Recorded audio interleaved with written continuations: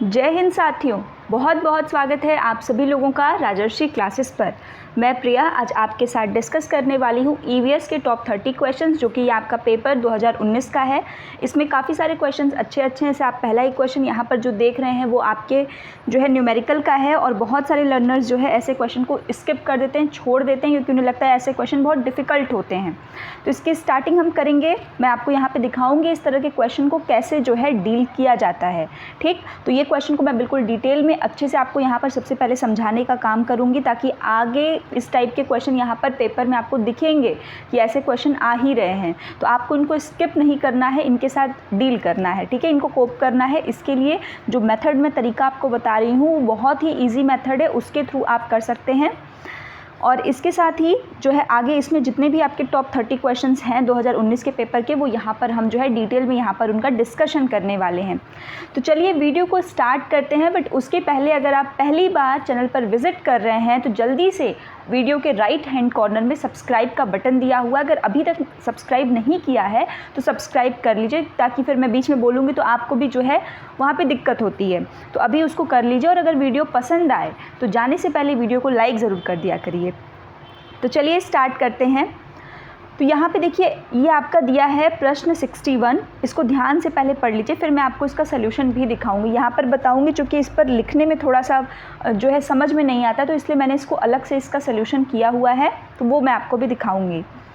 देखिए, कोई व्यक्ति 29 नवंबर 2019 को, ठीक है, एक डेट आपको दे दी गई 29 नवंबर 2019 को एक एक्सप्रेस ट्रेन में सूरत जहाँ कहाँ पर है, गुजरात में। तो सूरत गुजरात से किधर जा रहा है, केरल की तरफ जा रहा है। अब जो मैप वाले बच्चे हैं, जिनको मैपिंग का थोड़ा सा भी पता है, तो उनको पता होना चाहिए गुजरात आपका कहाँ पर है। जैसे मान लीजिए ये है आपके भारत का नक्शा, ठीक है। अब इसमें गुजरात आपका यहाँ कहीं लाई करता है और केरल आपका यहाँ कहीं लाई करता है, मतलब ट्रेन इधर से इधर की तरफ जा रही है, ठीक है। ये एक मान लीजिए दिमाग में अपने। अब वहाँ पे जाने के लिए बैठा, मतलब वो सूरत में बैठा है और केरल जाना है। यह ट्रेन सूरत से, अब ये ट्रेन सूरत से निकल रही है 1945, मतलब जो है 19:45 पर। अब ये देखिए, ये बहुत इंपॉर्टेंट चीज़ है। सबसे पहली चीज़ फंसती है वो यही होती है कि बच्चे जो है टाइम का, कुछ ऐसी बेसिक चीज़ें हैं जिनको आप दिमाग में रखकर करेंगे तो क्वेश्चन कभी गलत नहीं करेंगे। जैसे सबसे पहला तो टाइम कन्वर्जन, या तो आप दोनों को 12 आवर क्लॉक में कर लीजिए या दोनों को 24 आवर क्लॉक में कर लीजिए।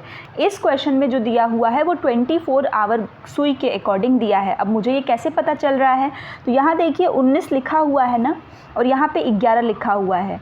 तो आपको पता होगा कि जो 24 घंटे की सुई होती है 19 उसमें ही आएगा, 12 घंटे में तो आएगा नहीं। तो ऐसा नहीं कि पेपर में आपको एक ही क्वेश्चन में दो अलग अलग टाइमिंग दिया है। अगर उसने दिया हुआ है आपको 12 के आगे 13, 14, दैट मीन्स वो 24 आवर की क्लॉक है। अब इसमें जो चीज़ आपको सबसे पहले याद रखनी है वो ये समझना है कि हम उसको किसी एक में चेंज कर लें। एएम में, पीएम में आप कर लीजिए, क्योंकि उसमें आप ज़्यादा कंफर्टेबली और आसानी से कर लेंगे। तो सबसे पहला काम जो 1945 है वो 19 कितने को कहते हैं हम, 7 बजे।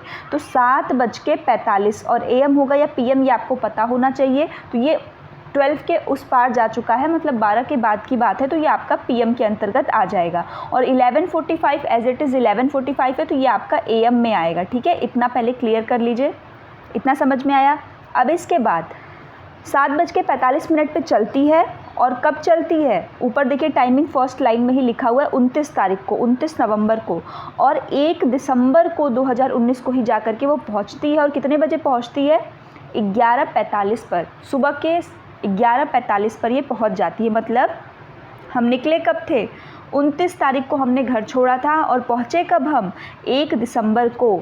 अब काउंट करिए कि 29 से 1 के बीच में कितना जो है दिन का गैपिंग हुआ। अब यहाँ पे आपको ये भी पता होना चाहिए, जैसे डेट अगर नवंबर है, सितंबर है, तो वो उसका मंथ कितना है, 30 का महीना है या 31 का महीना है। तो आपको पता है नवंबर जो है वो आपका 30 का महीना होता है। इसका मतलब कि यहाँ पे 29 है, फिर उसके बाद 30 आएगा, 31 तो आएगा नहीं क्योंकि महीना 30 का है, फिर 1 तारीख आ गया। इसका मतलब इन्हीं तीनों दिन जो है इसी के बीच में हमको समझना है।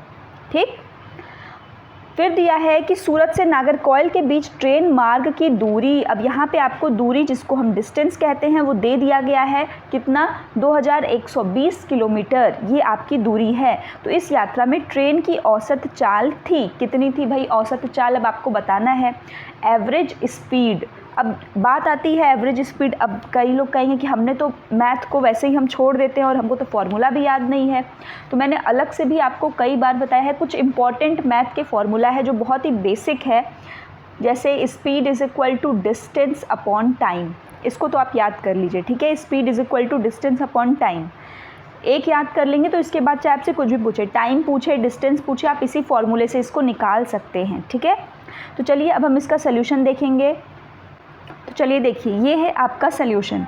यहाँ पर देखिए ये एक ही क्वेश्चन है जो कि भले आपका ये 2 से 4 मिनट ले ले वो ठीक है, ठीक है। तो भले आपको 2 से 4 मिनट लग रहा है, कोई बात नहीं, हम लोग इस क्वेश्चन को बिल्कुल अच्छे से समझेंगे और इतना अच्छे से आप इसको जो है समझिएगा। एक बार नहीं आ रहा है तो वीडियो को जो है, ठीक है, भले आपको 2 मिनट 1 मिनट आप पॉज करके देख लीजिए, लेकिन इसको इतना अच्छे से अभी समझ लीजिए ताकि आपको बाद में इस प्रकार का कोई भी प्रश्न आए तो आप इसको कर लें। और निश्चित ही जो मेथड मैंने अभी इसमें यूज़ किया उसमें कुछ भी नहीं करना है, वो बहुत ही नेचुरल है, एकदम ईजी है।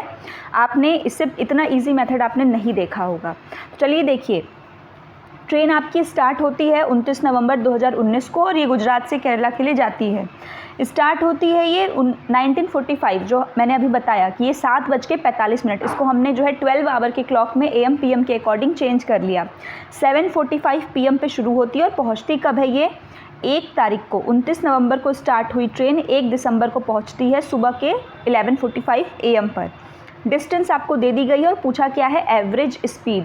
अब एक फार्मूला जो आपको याद रखना है ऐसे क्वेश्चन में, क्योंकि ऐसे क्वेश्चन का यही फार्मूला ही लगता है, चाहे कभी आपको ये जो है डिस्टेंस दे देगा, कभी टाइम दे देगा तो स्पीड पूछा जैसा इस क्वेश्चन में किया है, कभी कभी स्पीड दे देगा, टाइम दे देगा और डिस्टेंस पूछ देगा, ठीक है। तो करना कुछ नहीं है, अगर डिस्टेंस बोल दे तो इन दोनों का मल्टीप्लाई कर दीजिएगा। अगर डिस्टेंस कह दे तो distance is equal to speed into time हो जाएगा, और स्पीड दिया है तो डिस्टेंस अपॉन टाइम हो जाता है, ठीक है। कोई भी एक आप याद रखेंगे तो दूसरा फॉर्मूला उसी के थ्रू आप खुद से भी निकाल सकते हैं। अब आइए बात करते हैं कि speed is equal to distance upon time है, हमारे पास क्या क्या चीज़ें हैं। तो डिस्टेंस तो हमको बिल्कुल सही सलामत दिया हुआ है कि भाई 21-20 जो है किलोमीटर है। निकालना क्या है हमको, टाइम। क्यों? क्योंकि टाइम तो हमको एग्जैक्ट तो दिया नहीं है कितने घंटे या कितने दिन या कितने मिनट हैं, हमको अलग अलग करके दिया और हमको इसी टाइम को एक करके जो है उसको आवर में या मिनट में या डे में चेंज करना होगा, ठीक। तो हम कैसे करेंगे, अब देखिए इसका सबसे आसान तरीका होता है कि जितने दिन है पहले आप उसको लिख लीजिए। लिखने से ये होता है क्योंकि ऐसे क्वेश्चन में ना हम कहाँ गलती करते हैं अभी मैं आपको वो भी बताऊंगी, और वही सबसे बड़ी गलती और आप कह सकते हैं बिल्कुल ब्लंडर मिस्टेक वो हम करते हैं, और बिना काउंट किए हमें लगता है कि हाँ बस ऐसे ऐसे हो जाएगा, हाथ से काउंट कर लेते हैं, हो जाता है, और वही गलती करते हैं। देखिए 29 तारीख को ट्रेन आपकी निकलती है, 30 तारीख को और 1 तारीख को अपने डेस्टिनेशन पर वो पहुँच जाती है सुबह मान लीजिए 11:45 पर, ठीक। 29 से 30 अब हम इसको गिनते हैं 1 दिन, 2 दिन और 3 दिन, ऐसे ही काउंट करके हम 3 दिन के अकॉर्डिंग करते हैं। अब देखिए इसमें पर सही क्या होता है, अब वो समझिए। 29 से 30 एक दिन, 30 से 1 दूसरा दिन, ऐसे ही हम काउंट करते हैं। जब आप कैलेंडर भी पढ़ेंगे तब भी आप देखेंगे डेज़ को हम ऐसे ही काउंट करते हैं कि जैसे कि आपका जैसे होता है कि 29 से 30 तारीख वो 1 दिन होगा, 30 से 1 दिसंबर 2 दिन होगा, ठीक है। और ऐसे ही आप करेंगे तो यहाँ देखिए कितने दिन आ रहे हैं आपके, 1 दिन ये, दूसरा दिन ये, 2 दिन आ रहे हैं आपके पास। अब देखिए अब सेकेंड चीज़ क्लियर है। तो अब देखिए अब ये पहली चीज़ तो हमने ये डेट लिख दिया, अब ये 2 दिन का है, 3 दिन का है, 1 दिन का, ये आपको समझ में आया, 2 दिन यहाँ पर हमको समझ में आ रहा है। अब हम एक टाइम लेंगे, जैसे मान लीजिए कि यहाँ 7:45 से स्टार्ट किया इन्होंने और जो है वो 11:45 पर जाकर पहुँचा, तो अब ऐसे तो हम दिन नहीं ले सकते ना, हमें एक ऐसा टाइम चाहिए जो पहले दिन में भी आए और दूसरे दिन में भी आए। तो इसके लिए हम क्या किए कि हमने 7:45 टाइम को ही माना कि भाई 29 तारीख को 7:45 से लेकर के 30 नवंबर 7:45 तक का एक दिन, उसके बाद 1 दिसंबर 7:45 तक होता तो वो दूसरा दिन हो जाता। लेकिन अब आपको यहीं पर ध्यान देना है कि 1 दिसंबर को 7:45 क्या है आपका PM, PM का मतलब है वो शाम का समय है, रात के टाइम का है। तो इसका मतलब लेकिन ट्रेन हमारी कब पहुंच जा रही है, ट्रेन हमारी AM में ही पहुंच जा रही है, सुबह ही पहुंच जा रही है। तो इसके लिए हम इसको सिर्फ एक दिन में ही काउंट करेंगे कि भाई 29 नवंबर 7:45 से लेकर के 30 नवंबर 7:45 तक क्या हो गया आपका, एक दिन हुआ, एक दिन। अब इसके बाद देखिए 7:45, अब इसके बाद का जो टाइम है वो हम हाथ से ही कैलकुलेट करेंगे, मतलब उसको अलग अलग स्प्लिट करके कैलकुलेट करेंगे और कैलकुलेट करके कहाँ तक पहुँचेंगे हम 11:45 तक पहुँचेंगे। ठीक, अभी आपको भले ये लग रहा होगा कितना लेंदी मेथड है, बट ये मैं आपको एक्सप्लेन कर रही हूँ, इसलिए आप इसको जब एक बार खुद से ट्राई करेंगे तो अब आपको समझ में आएगा। काफ़ी इजी तरीका है, आप इसको मिनिमम जो है 2 मिनट के अंदर पेपर में कर लेंगे। ठीक है, देखिए 7:45 एक दिन हो गया आपका ये। अब इस एक दिन में 24 घंटे होते हैं, इतना तो आपको पता है। अब इसको छोड़ दीजिए। अब इसके बाद देखिए 7 बजे, अब 45 से हम हमेशा कोशिश करते हैं कि हम ऐसे मेज़रमेंट पर जाएं जो कि जैसे कि आपका =8 पे हो या 9 पे हो, ताकि हम इजीली कैलकुलेट कर सकें। तो अगर हम इसमें 15 मिनट ऐड कर दें, कितना ऐड कर दें, 15 मिनट, तो ये 8 बज जाएगा। तो अब हम 8 से मेज़र करेंगे, इसलिए मैंने 15 यहाँ पर ऐड कर लिया कि अब हम 8 बजे से मानेंगे। अब आप काउंट करिए, 8, 9, 10, 11, ऐसे ही करते करते हम पूरा रात का वो काउंट करेंगे, फिर दिन के 11 पे आएंगे। अब यहाँ भी आपको वही चीज़ रखनी है कि 8 से 9 1 घंटा, 9 से 10 1 घंटा, 10 से 11 1 घंटा, ऐसे ऐसे करके। तो 8 से 9 1 घंटा है, तो 9 से कैलकुलेट करते हैं, आप काउंट करिए। 8 बज गए, 9, 10, 11, 12, 1, 2, 3, 4, 5, 6, 7, 8, 9, 10, 11, तकरीबन आपके 15 आवर आ रहे हैं 11 बजे तक। कितने घंटे आ रहे हैं? 15 घंटे। आप हाथ पे काउंट करके देख लीजिए, वो 15 ही आएगा। और उस 15 के बाद चूँकि ट्रेन 11:45 पर आई है, तो 45 मिनट और आपके बच रहे हैं, तो उस 45 को भी मैंने लिख लिया यहाँ पर साफ साफ। इतने में कोई कन्फ्यूजन आपको नहीं होनी चाहिए। ठीक है, एक दिन ले लिया, 1 दिसंबर को 7:45 PM से पहले ही गाड़ी पहुंच जा रही है, इसलिए हमने अपने टाइम को वहीं रोक दिया है। ठीक, और यहाँ पर फिर उसको इजी कैलकुलेशन के लिए उसके 15 मिनट मिला करके 8 बजा दिए। उसके बाद ये आपका टाइम वो है कि जितने घंटे उसने पहुँचा। अब ये एक दिन तो ऐसे ही है। अब 15 घंटे तो ये, और ये 15 मिनट, देखिए इसमें दिन भी है, आवर भी है, मिनट भी है, तो मिनट का मिनट के साथ एडिशन करा दीजिए, हो जाएगा 45 और 15 60 मिनट। 60 मिनट का मतलब क्या हुआ आपका? 1 घंटा हुआ, 1 घंटा। अब उस 1 घंटा हो गया, आर में चेंज हो गया, 15 आवर + 1 16 आवर। एक दिन और 16 घंटे, तो 16 घंटे भाई एक दिन के बराबर तो है नहीं, तो एक दिन को ही चेंज करते हैं आर में। अब ये एक दिन में कितने घंटे? 24 घंटे। 24 घंटे ये और 16 घंटे ये दोनों को ऐड कर लिए, कितना आया हमारे पास? 40 घंटे। कितना आया? 40 घंटे। बस यही आपको टाइम निकालना था। इसके बाद अब आपको सिर्फ वैल्यू पुटअप करनी है अपने फॉर्मूले में। Speed = distance upon time. What is the distance given here? 2120 दिया हुआ है, आपने अभी टाइम निकाला हुआ है 40। देखिए 0 से अब इसको आप ऐसे ही काट सकते हैं, कोई दिक्कत की बात नहीं है। मैं आपको कट करके बता भी देती हूँ। देखिए यहाँ किया भी हुआ है। अब देखिए ईजी है। कई लोग होते हैं ना 40 के टेबल से लेकर जाते हैं, तो ऐसी गलती मत किया करिए। 0 से 0 तुरंत काटिए, उसके बाद 4 का टेबल पढ़िए। 4 5 जा 20 और 1 आपका वैसे ही एज इट इज़ रहेगा। 12 आ गया, 4 3 जा 12, 53। अब कभी कभी एक और चीज़ जो आपको इस क्वेश्चन में याद रखनी है, कभी कभी 53 दो ऑप्शन में दिया रहेगा, एक में दिया रहेगा किलोमीटर पर आवर, किलोमीटर पर सेकेंड, इस टाइप से। तो आपका आंसर जिसमें चेंज हुआ है हमेशा आप उसमें ही देखेंगे। डिस्टेंस आपका किस में दिया हुआ है? किलोमीटर में। टाइम आपने किस में निकाला है? आवर में निकाला है, आवर में आपने। तो आपका आंसर क्या रहेगा? 53 किलोमीटर पर आवर। इसका ध्यान रखिएगा, कभी कभी यूनिट के साथ भी वो लोग खेल जाते हैं, आपने सही करने के बावजूद यूनिट पे गलत मार के आते हैं। ठीक है, तो इसको याद रखिएगा। तो इस टाइप के क्वेश्चन को ऐसे जो है हम क्या करते हैं, सॉल्व करते हैं। तो मुझे उम्मीद है कि इस क्वेश्चन ने हमारा टाइम तो लिया, बट आपको अच्छे से समझ में आ गया होगा। और फ्यूचर में जब भी पेपर में ऐसा कोई क्वेश्चन आप देखेंगे तो आप स्किप नहीं करेंगे, ट्राई ज़रूर करेंगे। और निश्चित ही जब आप 1 से 2 बार ट्राई करेंगे, अटैम्प्ट करेंगे, तो आपको आ जाएगा। चलिए अब नेक्स्ट क्वेश्चन देखते हैं। देखिए, निम्नलिखित में से कौन अंतर्राष्ट्रीय ख्याति प्राप्त वेट लिफ्टर है? तो वेट लिफ्टर ये आपके NCERT में दिया हुआ है। वेट लिफ्टर का एक ही चैप्टर है जो कर्णम मल्लेश्वरी हैं, उन्हीं के बारे में दिया हुआ है। इजी क्वेश्चन था। नीचे दिया गया कौन सा एक समूह जड़ों का है? जड़ों का मतलब जो आपके रूट्स होते हैं। ठीक है, ये भी आपके सिलेबस में है कि रूट्स कौन से हम खाते हैं, स्टेम किसके खाते हैं और किसके फ्रूट्स, इस टाइप से। तो यहाँ पर देखिए सबसे पहली चीज़ जड़ों का समूह रूट्स का पूछ रहा है। तो देखिए गाजर ये भी हम खाते हैं, चुकंदर ये भी उसका रूट ही होता है, और मूली, यही ऑप्शन डी सही है। इसमें देखिए गाजर, हल्दी, अदरक, तो हल्दी तो हम ऐसे तो खाते नहीं है भाई डायरेक्टली। ठीक, शकरकंद, मूली, हल्दी तो ऐसे होगा नहीं। चुकंदर, आलू और अदरक, तो ये भी आपका सही नहीं है, क्योंकि जो है इसमें सही ऑप्शन ऑप्शन नंबर आपका डी ही रहेगा, जो क्योंकि गाजर है उसके भी हम रूट्स को ही खाते हैं और मूली भी एज इट इज़ गाजर की तरह, चुकंदर भी वही है। रेगिस्तानी ओक नाम का एक पेड़ है जो पाया जाता है, तो रेगिस्तानी डेजर्ट ओक, तो ये आपको पता है डेजर्ट ओक कहाँ पाया जाता है, ऑस्ट्रेलिया में पाया जाता है। डेजर्ट ओक कहाँ पाया जाता है, ऑस्ट्रेलिया में, अबू धाबी में नहीं पाया जाता है। बहुत सारे लोग डेजर्ट नाम सुनते हैं उनको अबू धाबी की याद आ जाती है, बट ये ऑस्ट्रेलिया में पाया जाता है, ठीक है। तो ऑप्शन नंबर बी। नेपेंथेनीज वह पौधा है जो शिकार करता है, उसके विषय में दिए गए कथनों पर विचार करिए। ये कथनों पर विचार करिए ऐसे बहुत ही अच्छे प्रश्न बनाए जा रहे हैं कि अगर आपके पास उसके बारे में संपूर्ण जानकारी नहीं होगी तो निश्चित ही आप गलत करके आएंगे। तो नेपेंथेनीज देखिए, यह पौधा ऑस्ट्रेलिया, इंडोनेशिया, भारत के मेघालय में पाया जाता है।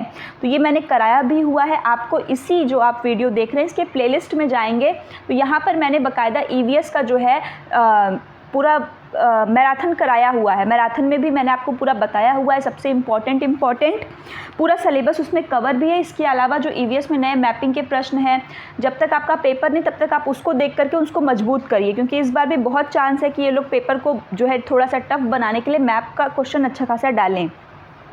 तो नेपेंथेनीज जो पौधा, इसको हमने कैसे याद किया था, तो अभी देखिए AIM, एम से हमने याद किया था, याद है। तो देखिए ये आपका एम क्या है, A से ऑस्ट्रेलिया, I से इंडोनेशिया, M से मेघालय। मेघालय हमारे देश में आपको पता है कि ये आपका नॉर्थ ईस्टर्न स्टेट है मेघालय, जहाँ पे बारिश सबसे ज़्यादा होती है। तो देखिए एम से हमने याद किया था नेपेंथेनीज, या फिर इसका दूसरा नाम क्या है, पिचर प्लांट। हर एक चीज़ को जानते रहिए, पिचर प्लांट इसका दूसरा नाम है, ठीक है। तो नेपेंथेनीज जो है आपका, इसके बारे में कह रहा है कि सबसे पहले तीनों जगह पाया जाता है, बिल्कुल सही बात है, एम में पाया जाता है, हमने बता दिया। इसका आकार घड़े जैसा होता है, इसका एक मुंह पर एक पत्ती से ढका होता है, बिल्कुल सही बात है कि इसका आकार घड़े जैसा होता है, इसीलिए तो इसका नाम पिचर प्लांट है, ऐसा होगा। और इसके ऊपर जो है एक छोटी सी पत्ती जो है ये लगी रहती है, ठीक है। ऐसा ये पौधा जो ये आपका होता है, किसका, पिचर प्लांट। पिचर का मतलब होता है मटका, ठीक। यह केवल छोटे कीड़े मकोड़ों को फंसाकर उनका शिकार कर सकता है। तो ठीक है भाई, पौधा है तो कीड़े मकोड़ों को फंसाएगा, कभी चूहे को भी ये मारता है, ऐसी बात नहीं, सिर्फ छोटे कीड़े, चूहों को भी खाता है, माइस को भी। यह छोटे कीड़े मकोड़ों को खींचने के लिए मोहक आवाज़ निकालता है जिसमें वो फंस जाते हैं और बाहर नहीं निकल पाते हैं। तो ये बात गलत है। देखिए यहाँ पर ये जो आवाज़ दिया है ना, कई लोग, क्योंकि उसकी स्मेल होती है, आवाज़ साउंड नहीं होती है, स्मेल होती है। ऐसा वो स्मेल की लोग, जो कीड़े मकोड़े होते हैं, माइस होते हैं, वो उसकी तरफ अट्रैक्ट हो जाते हैं, न कि साउंड, आवाज़ नहीं होती है, ठीक। इसके साथ ही यहाँ पर केवल लिखा हुआ है, इसलिए आपका ऑप्शन सी, केवल छोटे कीड़े मकोड़े नहीं, मैंने जैसे अभी आपको बताया कि ये माइस को भी खाते हैं, ठीक है। तो केवल लगा दिया है, इस वजह से ये आपका सी और डी ऑप्शन गलत है, ए और बी ऑप्शन आपका बिल्कुल सही है। पहला, भारत की आज़ादी से पहले महात्मा गांधी ने जिस दांडी के समुद्र तट पर अपनी प्रसिद्ध यात्रा की थी, वह भारत के नीचे दिए गए किस राज्य में स्थित है। अत्यंत ही आपका जो है सरल प्रश्न है, ये मैप का बेसिक ज्ञान रखने वाले छात्र छात्राएं इसको आराम से कर लेंगे। देखिए कि इन्होंने दांडी जहां पर किया था वो स्थान भारत के किस राज्य में है, तो भाई आंध्र प्रदेश, कर्नाटक, महाराष्ट्र और गुजरात। तो आंध्र प्रदेश तो आपका इस साइड है भी नहीं, कर्नाटक बीच में है, महाराष्ट्र इधर, गुजरात। तो सही ऑप्शन आपका गुजरात है। आपको पता भी होगा भाई, गुजरात के पोरबंदर में गांधी जी का जन्म भी हुआ था और दांडी मार्च उन्होंने वहाँ से साबरमती आश्रम से स्टार्ट करा था, ठीक, दांडी से स्टार्ट करा था और साबरमती तक उनका वो था। उच्च ज्वर, जो तेज बुखार के साथ कपकपी, जिसका उपचार सिनकोना पेड़ की छाल से किया जाता है, सिनकोना ट्री की बार्क से किया जाता है, it is none other than malaria. इसके ऊपर है भी कि भाई मलेरिया की जो बीमारी होती है, पहले लोग उसको कुछ और समझते थे और बाद में जब जो है रोनाल्ड रॉस नाम के जो साइंटिस्ट थे, उन्होंने जब इसके पता किया कि नहीं, ये मलेरिया नाम की एक बीमारी है जो कि जो फीमेल जो मच्छरी होती है, उसके जो एनोफिलीज होती है आपकी, उसके काटने से होता है। उसके बाद लोगों में ये हुआ कि अच्छा ये एक बीमारी है जो कि इसकी वजह से होती है, ठीक है। वरना पहले लोग इसको जो है कुछ और ही समझते थे। और ये इसके जो उपचार के लिए हम यूज़ करते हैं वो सिनकोना पेड़ की छाल होती है। किसकी छाल होती है? सिनकोना पेड़ की छाल का यूज़ करते हैं मलेरिया की दवा बनाने के लिए, ठीक। तो ऑप्शन बी सही ऑप्शन है। किसी डॉक्टर का घर X पर स्थित है तथा उसका अस्पताल Y पर स्थित है। अब कह रहा है कोई डॉक्टर है जिसका घर X पर है, अस्पताल Y पर है। डॉक्टर के घर से अस्पताल जाने के लिए कोई सीधी सड़क नहीं है। ठीक है। तो यहाँ पर कह रहा है कि पहले वो जो है ए पर जाते हैं, तो इसको हम जो है डायग्राम के थ्रू इसको समझेंगे। देखिए, किसी डॉक्टर का घर एक्स पर स्थित है। अब हमें नहीं पता उनका घर कहाँ पर है, उनका घर कहाँ पर स्थित है, एक्स स्थान पर स्थित है, और अस्पताल जो है वाई स्थान पर स्थित है। तो एक्स क्या है, होम है, वाई जो है उनका हॉस्पिटल है। डॉक्टर के घर से अस्पताल जाने के लिए कोई सीधी सड़क नहीं है, मतलब कोई भी स्ट्रेट लाइन वहाँ पर जाने के लिए नहीं है। अतः डॉक्टर पहले ए पर जाते हैं। अब हम मान लेते हैं, मान लीजिए यहाँ से हम स्टार्ट करते हैं कि भाई एक्स पॉइंट यही है और डॉक्टर पहले ए पर जाते हैं, जो कि एक्स के, ये क्या है आपका एक्स के ठीक पूर्व में। पूर्व का मतलब आपका कौन सा डायरेक्शन आपको पता होना चाहिए। ये है ईस्ट, इधर वाला वेस्ट, इधर नॉर्थ, इधर साउथ, पूरब, पश्चिम, उत्तर और दक्षिण। ठीक है, ये आपको पता होना चाहिए। इसको अभी मैं यहाँ से इरेज कर दे रही हूँ क्योंकि बहुत ज़्यादा फिर भर जाएगा। तो देखिए, x यहाँ स्थान पर x जो है यहाँ से स्टार्ट करें, उसके बाद a पर जाते हैं, ठीक। और a कहाँ पर है, x के ठीक पूरब में। अब यहाँ से इसका पूरब क्या होगा, इधर ही होगा सीधे में। 600 मीटर की दूरी पर है। कितने मीटर की दूरी पर है, 600 मीटर की दूरी पर ये है, ठीक, 600 मीटर की दूरी पर है। फिर वह b पर जाते हैं। यहाँ से a के बाद वो कहाँ पर जाते हैं, b पर जाते हैं, जो a के ठीक दक्षिण में। ए, ये आपका ए है, ए के ठीक दक्षिण, इसका मतलब नीचे की तरफ जाएंगे। दक्षिण में 450 मीटर की दूरी पर है। कितने पर है, 450 मीटर की दूरी पर है। फिर वह सी पर जाते हैं, तो ये आपका हो गया बी।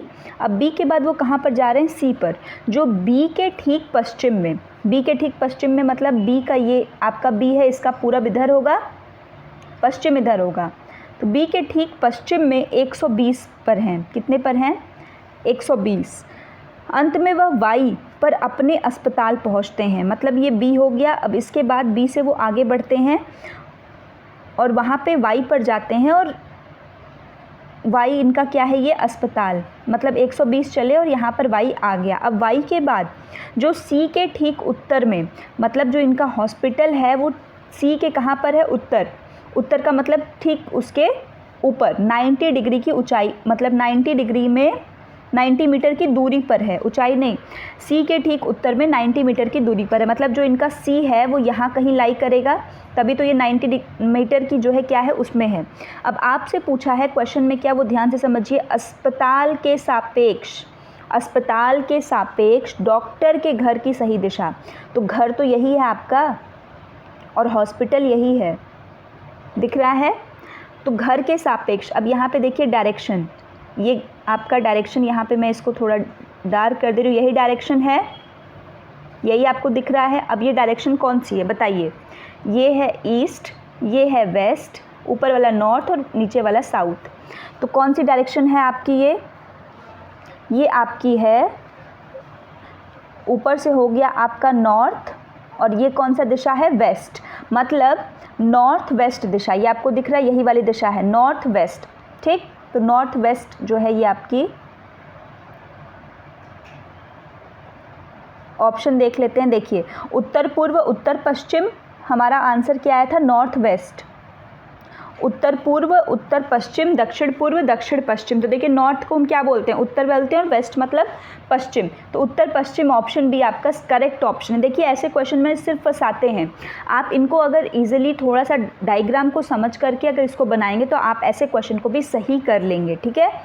तो इसको जो है हम ईवीएस के लास्ट टाइम पे ना न्यूमेरिकल पोर्शन में भी करने वाले हैं। जैसे जो आपको अभी मैंने स्टार्टिंग में पहला क्वेश्चन कराया, उस टाइप का मैपिंग वाला ये जो क्वेश्चन है, इसको हम दोबारा से भी करेंगे। तो इसमें बिल्कुल टेंशन मत लीजिएगा, बट आप इस तरीके से भी इसको ट्राई कर सकते हैं। और देखिए, इसमें कोई गलती होने का चांस नहीं था अगर आपको डायरेक्शन का प्रॉपर नॉलेज है तब। चिराव नाच कहाँ के लोग करते हैं, चिराव डांस कहाँ का है, तो Cheraw dance Mizoram, Cheraw is equal to Mizoram, ठीक है। तमिलनाडु के निकटवर्ती राज्य कौन कौन से हैं, तमिलनाडु आपका कहाँ पर है। अब यहाँ पे देखिए, वही बात है कि मैपिंग का ज्ञान आपके लिए यहाँ बहुत ज़रूरी है।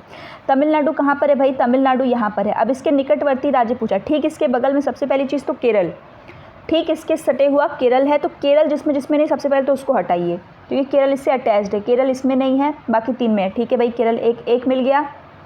अब ठीक, जब हम इसके ऊपर देखेंगे तो यहाँ पे आंध्र प्रदेश है, दूसरे नंबर पे कौन है, आंध्र प्रदेश। आंध्र प्रदेश किसमें है, केरल एक मिल गया, आंध्र प्रदेश इसमें भी है, बहुत सही। लेकिन इसमें आंध्र प्रदेश नहीं है, काटिए इसको, छत्तीसगढ़ दिया, छत्तीसगढ़ तो ठीक ऊपर है भाई, छत्तीसगढ़ तो हमारी तरफ है, तो ये भी ऑप्शन आपका कट गया, पहला और तीसरा ऑप्शन कट गया, दूसरा बचा है। अब बात करते हैं बी और डी में। महाराष्ट्र, महाराष्ट्र तो यहाँ कहीं है और तमिलनाडु तो इधर कहीं है, तो सही ऑप्शन क्या होगा? आंध्र प्रदेश, केरल और कर्नाटक। कर्नाटक आपका यहीं कहीं है, ठीक है, जिसकी सीमा यहाँ से साझा होती है। तो सही उत्तर कौन सा हो जाएगा? ऑप्शन नंबर डी इसका जो है सही उत्तर आपका हो जाएगा। एनसीएफ 2005 के अनुसार निम्नलिखित में से क्या प्राथमिक स्तर पर पर्यावरण अध्ययन शिक्षण का उद्देश्य नहीं होना चाहिए? विशेषतः प्राकृतिक पर्यावरण के प्रति बच्चे को नहीं है, तो देखिए ऑप्शन इसका काफ़ी इजी ही देता है। जिज्ञासा और सृजनात्मकता को बढ़ावा देना सही बात है। अवलोकन, वर्गीकरण और निष्कर्ष निकालने आदि प्रक्रियाओं के माध्यम से बुनियादी संज्ञानात्मक और ज्ञानात्मक कौशल प्राप्त करने के लिए खोजबीन से जुड़ी और हाथों से करने वाले कार्यों में बच्चों को संलग्न करना सही बात है। और उनको समझने का मतलब जो उनका सामाजिक पर्यावरण है, प्राकृतिक सांस्कृतिक, उसको समझना और उनको प्रशिक्षित करना, ठीक बात है। पर्यावरणीय समझ के द्वारा बच्चों में सटीक संख्यात्मक कौशल को बढ़ावा देना, न्यूमेरिकल स्किल्स को बढ़ावा देना कि इतने नंबर में ये है, इतना ऐसे है, ये चीज़ नहीं इंपॉर्टेंट है, रटना नहीं है, रटवाना नहीं है बच्चे से। ऑप्शन डी सही है क्योंकि उसमें नहीं पूछा था।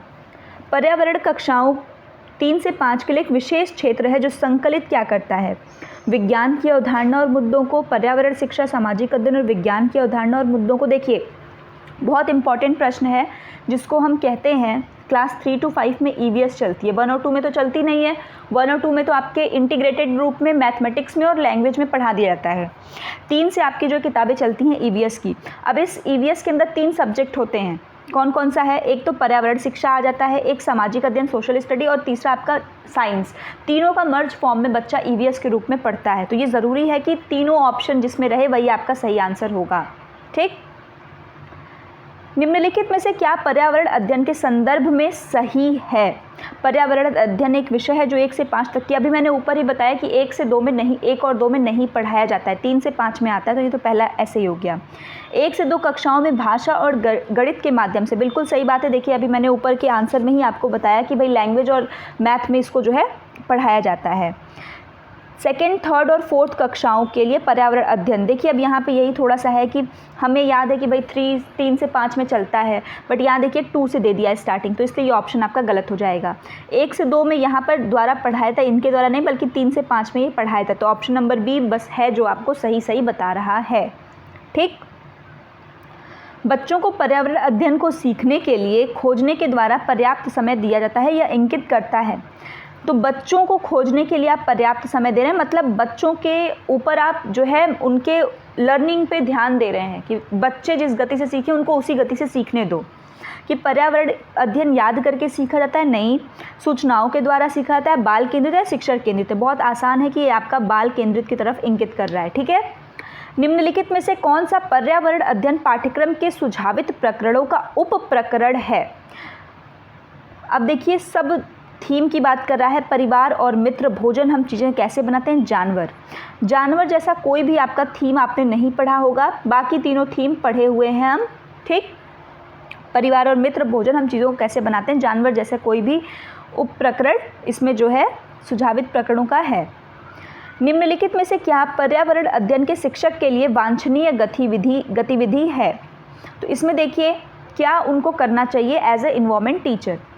विभिन्न कक्षाओं के बहुसांस्कृतिक क्षेत्रों को संबोधित करना, ठीक बात है।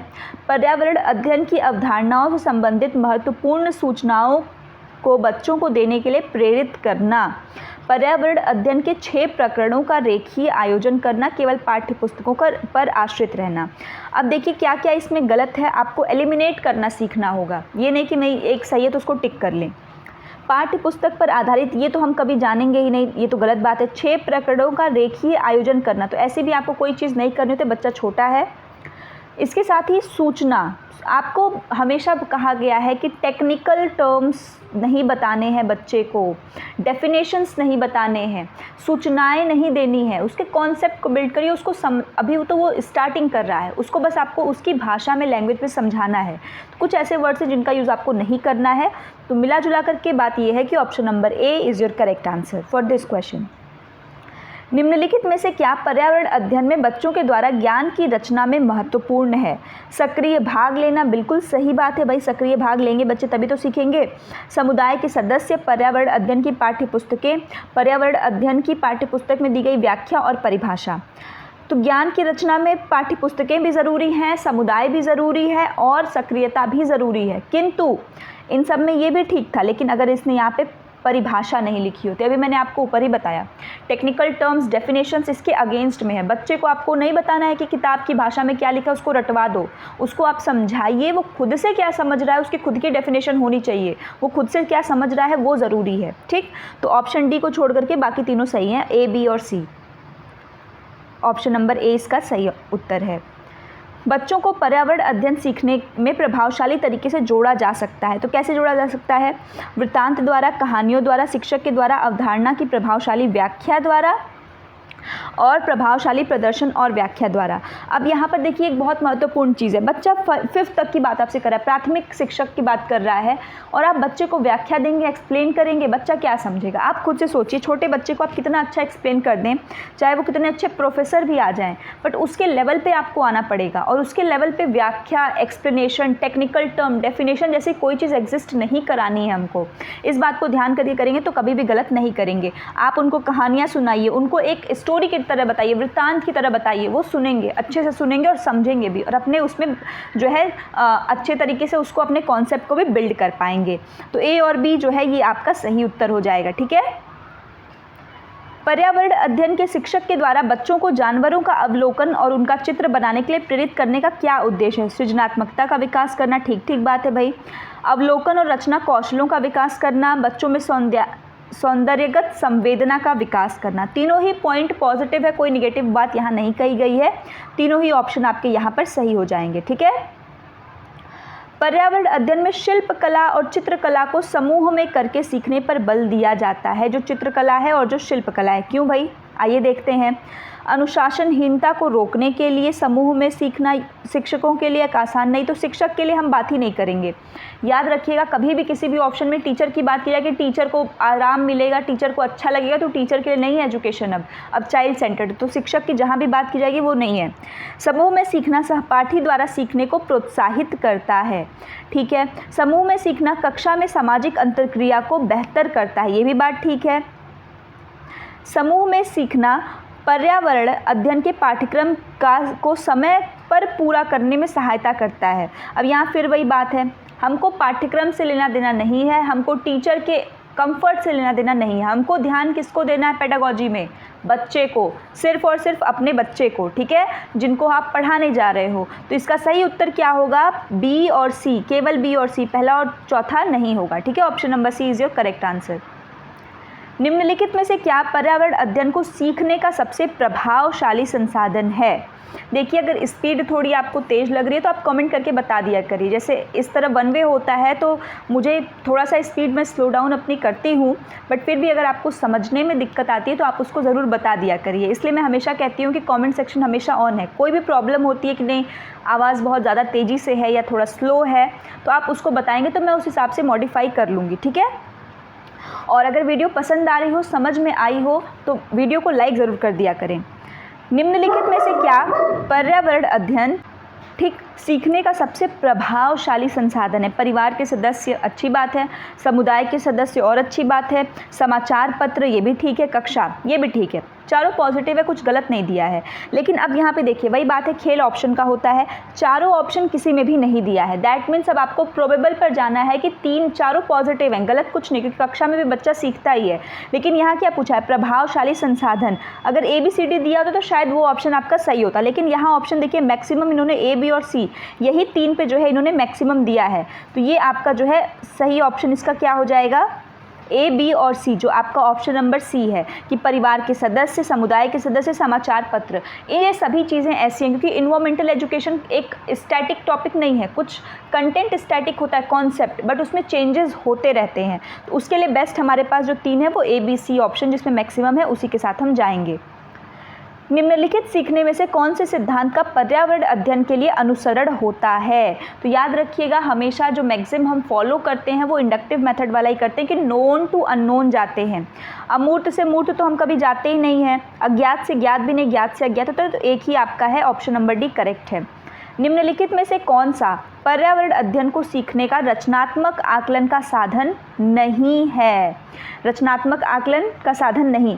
पोर्टफोलियो सही है, क्रम निर्धारण मापनी रेटिंग इसके लिए भी ठीक है, वर्णन अभिलेख, वार्षिक उपलब्धि परीक्षण जो आपके जो है ईयरली होते हैं अचीवमेंट टेस्ट, तो ऐसा नहीं है क्योंकि जब हम रचनात्मक आकलन की बात करते हैं तो यहाँ पर जो है उसमें चेंजेस होते हैं और वो टाइम टू टाइम होने वाले चेंजेस होते हैं रेदर देन कि एक एक साल में देखेंगे कि बच्चे ने कितना अचीव किया। तो ऑप्शन नंबर डी इसका करेक्ट ऑप्शन हो जाएगा। ठीक, निम्नलिखित में से किसको पर्यावरण अध्ययन में बच्चों के आकलन में दूर करना चाहिए? किस चीज़ को हमको दूर करना है जब हम असेसमेंट करें? बच्चों के उत्तरों को सही या गलत में आंकना, कक्षा 5 के ईवीएस पाठ्यक्रम में प्रत्येक पाठ के अंत में दिए गए आज हमने क्या सीखा पर चर्चा, आकलन के संकेतकों का उपयोग करना, बच्चों के सीखने के गुणात्मक आकलन। तो इसमें सबसे जो ज़रूरी चीज़ है वो क्या है कि बच्चे को ये देखना कि उसने सही किया और गलत किया और उसके बेस पे उसको जज करना, उसको आंकना। बच्चे को जज नहीं करना हमको कभी भी, और न ही उसको कंपेयर करना है, न ही उसको नंबर के अकॉर्डिंग असेसमेंट करना है। समझ में आया? हमें इसलिए इसमें क्या पूछा है कि क्या हमको आकलन से दूर करना चाहिए, तो हमको सही और गलत के बेस पे बच्चे को देखना, आज हमने क्या सीखा उस पर चर्चा, अच्छी बात है, क्या क्या संकेत हैं, किन किन पॉइंट्स पे, किन किन डायमेंशंस पे हम असेसमेंट कर सकते हैं, वो भी सही है, और गुणात्मक आकलन करना, क्वालिटेटिव असेसमेंट करना, ये भी सही है। एक कक्षा 5 की शिक्षक एक क्रियाकलाप का संचालन करती हैं जिसमें वह कक्षा के बच्चों से फर्श पर चीनी के कुछ दाने डालने को कहती हैं और फिर उनको चींटियों के आने का इंतज़ार करने को कहती हैं। तो इस अर्थपूर्ण सीखने से क्या मिलता है? बच्चों को जो है इस क्रियाकलाप से क्या मिलता है सीखने को? बच्चे को क्रियाकलाप का अवलोकन करने को प्रेरित करती हैं या फिर अपने अनुभव साझा करने को कहती हैं? बच्चों को क्रियाकलाप का अवलोकन, अनुभव साझा और उस पर चर्चा करने को प्रेरित करती हैं। ठीक, तो अगर टीचर क्लास में ऐसा करा रही है तो मैक्सिमम कंटेंट देखिए किस में दिया है, इसमें ऑब्जर्वेशन, ये भी गलत बात नहीं है कि ठीक है ऑब्जर्व करने को कहेंगी कि चींटियाँ कैसे आती हैं एक के पीछे एक, या अनुभव साझा करने को, क्योंकि सब बच्चे दिमाग आँख दो ही है लेकिन उससे परसेप्शन करने की सभी की चीज़ें अलग अलग होती हैं, सभी को उन दो ही आँखों से अलग अलग चीज़ें दिखाई देती हैं। तो सबसे अच्छा किस में है कि इसमें अवलोकन भी आ रहा है, अनुभव साझा भी आ रहा है, उस पर चर्चा करने की भी बात की जा रही है। सबसे बेस्ट जो इसमें से आउटकम आपका आंसर है वो ऑप्शन नंबर सी हो जाएगा। ठीक, अब इसमें सूची आपको जो है कौन सा भिन्न है? मछली, घड़ियाल, कछुआ, कौवा। तो देखिए 3 तो सबसे इजी है भाई, कहीं ना कहीं उनका संबंध पानी से है किंतु कौवा का संबंध पानी से नहीं है। ठीक, तो आपका यही जो है अलग हो जाएगा। अब ये अत्यधिक पसंद का भोजन, एक शहर और उसके भोजन, ये बहुत इंपॉर्टेंट है। देखिए 5 एक्स्ट्रा दिया है। अब देखिए सबसे पहले तो आपको याद रखिए कि इसमें जो है सांप, हांगकांग में सांप होता है तो ए का 5, ए का क्या हो जाएगा 5। अब आते हैं ऑप्शन पे, ए का 5 किस में दिया? देखिए 3 में दे ही दिया इन्होंने, ठीक है कोई बात नहीं। अब आते हैं हम गोवा। देखिए गोवा और कश्मीर में 2 चीज़ कॉमन है कि आपके वो कॉमन क्या है, गोवा और कश्मीर में इन दोनों लोग में कॉमन ये है कि इन दोनों लोग में मछली ही बनती है। ठीक है, क्योंकि देखिए अगर आप कश्मीर को देखेंगे तो ऊपर है और अगर आप गोवा को देखेंगे तो वो आपके जो है जितने भी आपके तटीय क्षेत्र हैं वहाँ पर आता है।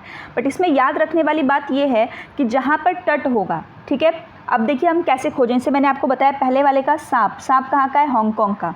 अब इसके बाद जब कश्मीर की बात हम करेंगे तो कश्मीर चूँकि आपका कहाँ पे है, उसमें समुद्र तट के आसपास नहीं है, तो वहाँ पे सरसों के तेल में बनी हुई मछली, क्या है? सरसों के तेल में बनी हुई मछली।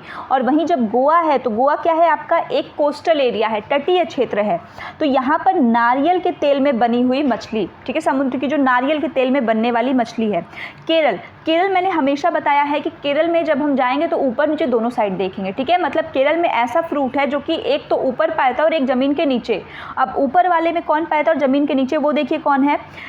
बॉइल्ड टेपियोका, टेपियोका जिससे साबूदाना बनता है। वहाँ पे चिप्स भी बहुत अच्छे मतलब मिलते हैं टेपियोका के, जो एक तरीके से हम लोग गन्ना जो कच्चा आलू होता है ना वो वाले जो हम लोग व्रत में खाते हैं वो वाले आलू की तरह होता है टैपियोका, तो वो कढ़ी के साथ ये लोग खाते हैं, जो कि ज़मीन के नीचे उगता है और ऊपर से जो है इन लोग का जो कोकोनट होता है। ठीक है, तो केरल का जो हो जाएगा 1। ठीक, तो आपका हो गया A का 5th, B का 1। देखते हैं A का 5th, B का 1 किस में दिया है। A का 5th, B का 1 देखिए ऑप्शन नंबर B में दिया हुआ है, यही आपका सही ऑप्शन हो जाएगा। खाने पर भी एक आइटम जो है क्वेश्चन ज़रूर देता है।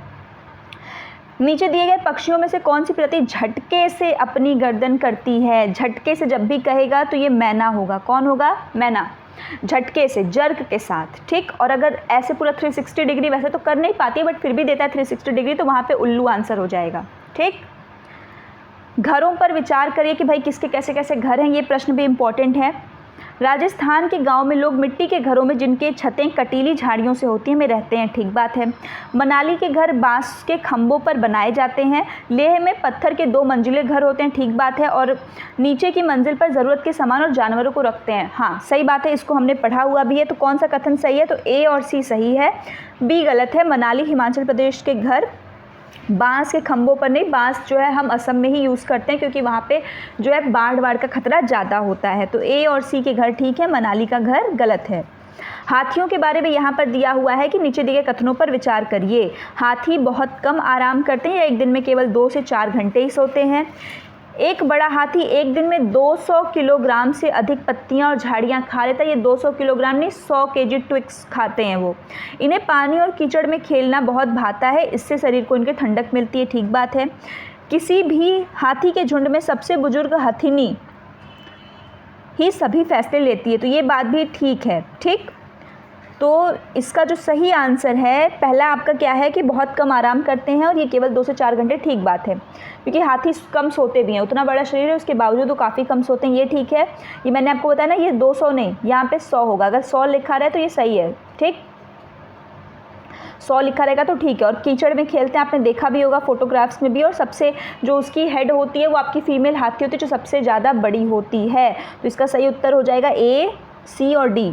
तो A, C और D जिसमें दिया है आपका ऑप्शन नंबर C, ये आपका करेक्ट ऑप्शन हो जाएगा। ठीक, तो ये थे आज के आपके जो है 30 क्वेश्चंस EVS के। मुझे उम्मीद है कि ये क्वेश्चन आपको समझ में आया होगा। कोई भी प्रॉब्लम डाउट है तो कमेंट सेक्शन ऑन है। वीडियो कैसा लगा ये भी हमारे साथ आप ज़रूर साझा करें।